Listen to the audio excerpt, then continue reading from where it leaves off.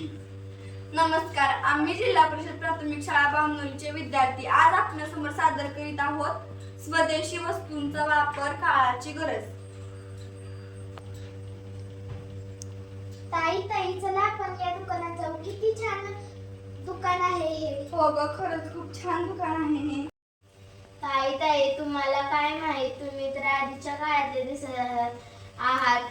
हाताने शिवलेले कपडे चांगले असतात का परदेशातून मागवलेले कपडे चांगले असतात, काय माहित?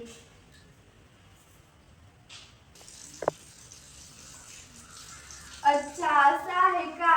आमच्या आधीच्या काळात या अशा कापड्या पिशवींचा वापर करायचा आणि आताच्या काळात प्लास्टिकच्या पिशवींचा वापर करतात आणि म्हणूनच काही जनावरे प्लास्टिक पिशवी खाऊन त्यांचा मृत्यू होतो।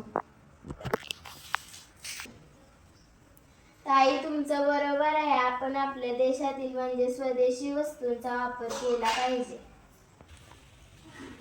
पण ताई, आपला देश महासत्ता होण्यासाठी आपण काय केलं पाहिजे असे तुला वाटते? पण आपण पहिल्यांदा आर्थिक सक्षम झाले पाहिजे। पण ताई, आपण आर्थिक सक्षम होण्यासाठी काय केलं पाहिजे? अगं, यासाठी आपण स्वदेशी वस्तूंचा वापर केला पाहिजे। पारतंत्र्याच्या काळात आपल्या भारतात एक कंपनी आली आणि ती आपली राजकर्ती बनली आणि आताच्या या काळात 5000हून अधिक कंपन्या आपल्या भारतात माल विकण्यासाठी येत आहेत आणि प्रत्यक्ष अप्रत्यक्षरित्या आपल्या भारतातील संपत्ती लुटून नेत आहेत। म्हणजे आपण आपल्या स्वदेशी वस्तूंचा वापर केला पाहिजे। हो, बरोबर आहे। त्यामुळे आपल्या देशातील लोकांना रोजगार मिळेल।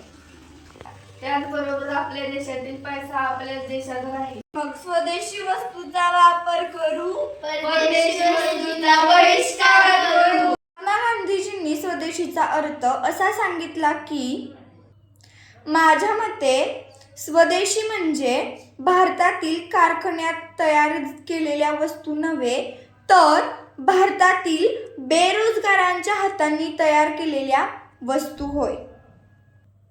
स्वदेशी वस्तू वापरल्याने आपल्या देशातील उद्योगांना चालना मिळते आणि यामुळे लोकांना रोजगार मिळतो। देशाची अर्थव्यवस्था मजबूत होते आणि विदेशी वस्तूंच्या वापरामुळे आपल्या देशातील पैसा बाहेरच्या देशात जातो आणि स्वदेशी वस्तूच्या वापरामुळे आपल्या देशातील पैसा हा आपल्याच देशात राहतो। म्हणूनच स्वदेशी आणा आणि परदेशी हकलवून लावा। स्वदेशी वस्तूंचा वापर करा, परदेशी वस्तूंची टाळाटाळ करा। धन्यवाद।